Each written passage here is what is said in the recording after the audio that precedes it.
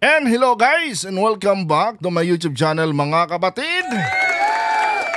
Welcome back sa One Talk PH. At ito na nga mga kababayan. Nako, ang pinaka-latest na balita na aking nasagap ngayong araw mga kapatid. At masasabi ko lang dito mga kababayan, no, medyo napasubo yata si Baste sa kanyang paghahamon dito kay General Torre. Kasi nga mga kapatid, no, mismong si General Torre na mismo ang naghamon ngayon kay Baste Duterte na di umano, no, kasuhan di umano siya ni Baste Duterte mga kababayan kung mapatunayan, kung kayang patunayan ni Baste Duterte na nagsisinungaling itong si General Torre sa kanyang mga sinabi na manipulado di umano mga kababayan ang crime rates dyan sa Davao. Nako, napakagandang hamon nito mga kapatid, ano? At kung sakali mang hindi sagutin ni Baste Duterte ito mga kababayan, ibig sabihin yan legit, no? Legit yung aligasyon ni General Torre, no, na manipulado talaga ang crime rates sa Davao. Nako, patay ka dito Baste, na corner ka.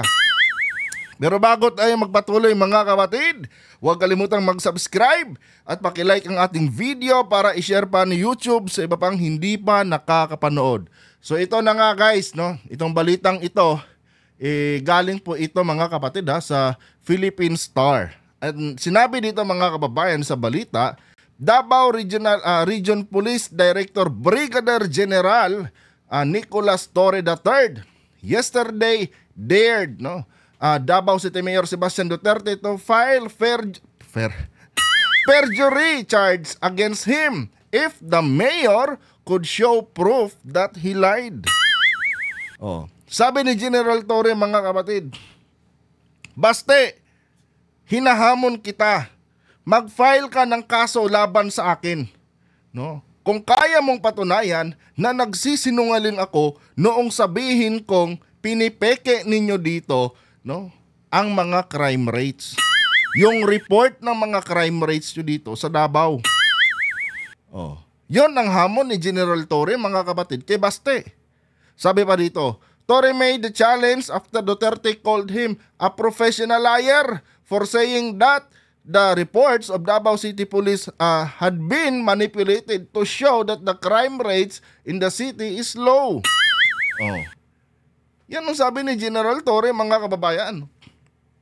Kasuhan mo ako Baste, no? Kasuhan mo ako. Kung sakali mang meron kang patunay diyan, no, na mali ako sa aking sinasabi na manipulado ang crime rate sa Davao, ilabas mo na yan, gamitin mo yan at kasuhan mo ako ng perjury.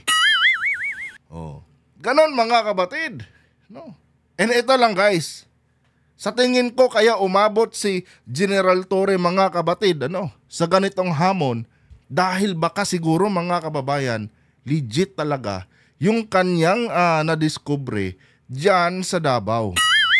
At ang tanong mga kabatid, kung sakaling tama talaga ang itong sinasabi ni General Torre na manipulado, ang tanong dyan, bakit kailangan manipulahin ang mga crime rates dyan sa Davao? Diba? Bakit kailangan manipulahin? Hindi ba meron talagang sikreto na kailangang pagtakpan kaya minamanipula? Ganun lang yun eh. Diba? Kaya minamanipula yan mga kababayan dahil meron talagang mga bagay dyan na hindi dapat malaman ng sambayanang Pilipinas. Na hindi talaga dapat malaman ng mga taga Davao. Kaya minamanipula mga kapatid. Diba? Common sense lang yan eh. Kasi kung legit lahat ng operation dyan mga kapatid, no, hindi na kailangan na manipulahin pa yan. Diba? Kasi pwede mo naman gawan yan ng police report eh, no? Mga incident report kung bakit may mga ganitong mga nangyayari dito. Diba? Pwede eh. Kung may basta legit ang operation. Pero pag illegal ang operation, kailangan talagang manipulahin. Diba? Ganon lang yun mga kababayan. Ito pa, Torre said if Duterte believes that he lied, the mayor should file a case against him in court as lying over an official matter could constitute a crime of perjury. Oh. If I lied, sabi ni General Torre, mga kapatid, if I lied on something official, that is perjury and that can be filed in court. Tama. No. He can file a case against me since the criminal offense. Since that's a criminal offense. He can even ask his father. Nako, damay na si Digong. Sabi ni General Torre, pwede ka rin magtanong sa tatay mo. Oh, Torre said, referring to former President Rodrigo Duterte, who is a lawyer and a former prosecutor. Oh, napakalaking partida, mga kababayan, kung tutuusin, na kay Baste lahat ng pabor dito. Kasi nga, mga kabatid, yung kanilang pamilya ay binubuo ng mga abogado at prosecutor pa. Hindi lang yan, dating presidente pa. Di ba? Technically, mga kababayan, alam talaga nila ang batas. Oh. Pero ito lang, ito lang, mga kabatid. Pag itong hamon ni General Torre, hindi sumagot si Baste dito, mga kababayan, ang ibig sabihin yan, mga kabatid, meron talagang baho dyan sa Davao na pinipilit nilang pagtakpan. Diba? At para na rin sinabi ni Baste dito na legit talaga itong sinasabi ni General Torre. Oh. Kasi kung wala kang makitang ebidensya, laban dito kay General Torre, kung hindi mo kayang patunayan na nagsisinungaling si General Torre, isa lang ang ibig sabihin yan, totoo ang sinasabi ni General Torre. Oh. Ganon lang yung common sense niyan eh. Di ba? Kaya ngayon, mga kababayan, kaya ko nasabing medyo napasubo si Baste dahil sa pakiramdam ko, mga kapatid, in my personal opinion, wala talagang pruweba itong si Baste, mga kababayan, na nagsisinungaling nga si General Torre sa kanyang mga sinabing reports. Oh, ganon lang yon. And ito pa, guys, para dito sa part nila Baste, mga kabatid, sa tingin ko, medyo nahihirapan na siya ngayon dito. Talagang nahihirapan siya ngayon dito. Kasi nga itong si General Torre, mga kababayan, hindi nila pwedeng ma-under the table. Oh. Nahihirapan silang i-approach si General Torre, mga kabatid. Oh.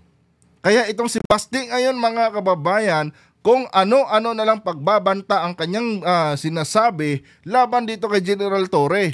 Kasi nga, hindi nila makuha sa tantong dasalan. Oh. Kaya dinaan nila, mga kabatid, sa tantong bardagulan. Ipalaban si General. Oh. Talagang tinatabla sila, mga kababayan. Ano na? Diba? What's next? Mayor Baste Duterte. Oh. Sabi pa dito, I just presented facts, si General Torre nagsasabi dito, mga kapatid. You know the order name of public governance in politics, It can be separated. He happens to be a politician, maybe he just needed to convince his constituents, that he had to do what he has to do, But as far as I am concerned, I'm just doing my job, Torre said. Patay ka dyan, Baste. Seryoso na talaga. Si General Torre dito. Talagang seryoso na yung kanyang hamon dito, mga kababayan, kay Baste Duterte. At gaya nga ng sabi ko sa inyo, mga kabatid, naniniwala ako na itong si General Torre, mga kababayan, kaya ganito yung kanyang mga sinasabi ngayon laban dito kay Duterte. Kasi nga, mga kabatid, meron pa itong alas na hawak. Nararamdaman ko yan, mga kabatid. Inaantay lang talaga niya na gumalaw itong si Baste Duterte. Diba? Kasi itong mga ganitong hamon ni General Torre, mga kababayan, panigurado may kasunod to eh. May kasunod to, mga kababayan. Pangalan at dangal ang nakataya dito, mga kabatid. Kung sakali mang pumalpak itong si Baste dito, at hindi talaga siya sumabay dito sa hamon ni General Torre sa kanya, tapos ka, Baste. Oh. Kasi panigurado niyan, marami pang mga kasunod na expose yan. Di ba? Tingnan na lang natin ang katotohanan mga kababayan. Itong Davao, naging sentro nga mga kapatid ng drug smuggling. Ibig sabihin mga kababayan, talamak ang ipinagbabawal na gamot dyan. At kung talamak ang ipinagbabawal na gamot mga kapatid, ibig sabihin mga kababayan, maraming krimen sa Davao. Di ba? O ngayon, bakit kaya itong si Basti Duterte mga kababayan ay napaka-defensive? Kung tutuusin mga kapatid, kung tutuusin lang mga kababayan, kung malinis talaga yung kanilang konsensya, hindi na nila dapat pinapakialaman itong ginagawa dyan ni General Torre. Kasi nga, trabaho niya yan eh. Di ba? Labas na si Basti dyan eh. Wala siyang karapatang panghimasukan ang ginagawa ni General Torre dyan sa mga pulis sa Davao. Oh. Pero ang tanong mga kapatid, bakit itong mga Duterte na ito, yung parang big deal sa kanila mga kababayan, itong ginagawa ngayon ng regional director ng Davao na si General Nicolas Torre. 'Di ba? At hindi ka mangingialam diyan sa ginagawa ni General Torre kung wala kang pinoprotektahan. Ganun lang 'yon, kasimple Baste. Kaya kung ako sa iyo Baste, nako, gawin mo na ang nararapat bago pa maging huli ang lahat.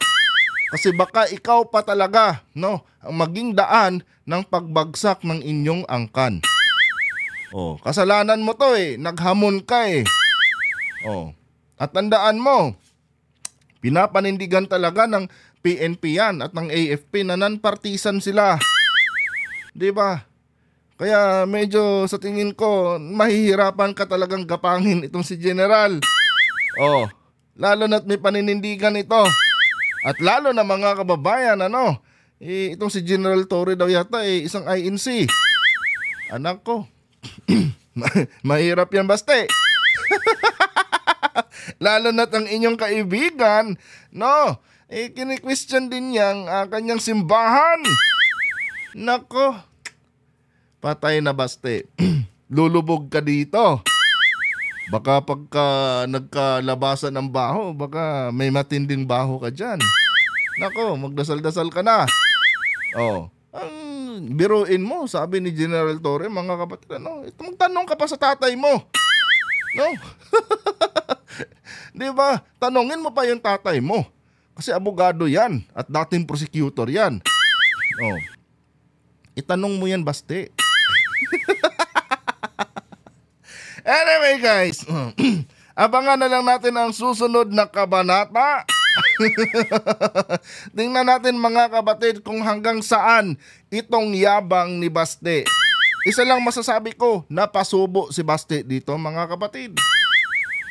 Pag hindi talaga ito sumagot sa hamon ni General Torre mga kababayan, ibig sabihin nag-concede siya na totoo nga itong mga sinasabi ni General Torre.